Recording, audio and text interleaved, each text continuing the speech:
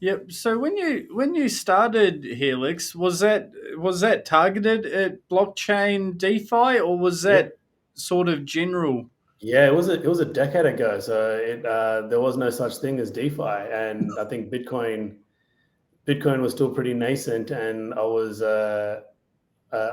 too mid curve to buy any back then.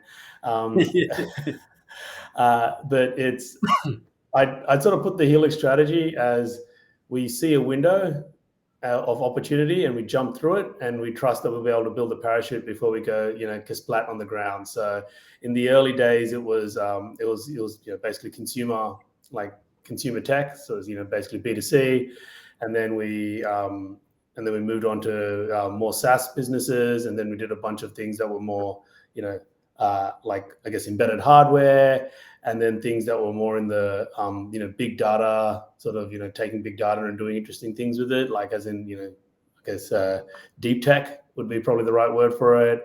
And then we did a bunch of fintech, which sort of dovetailed nicely into DeFi, and now it's basically things on chain and things that are and then of course the everything that's happening with LLMs. We think there's some cool businesses to be made and opportunities to be sort of pushed out there. So that's our current focus.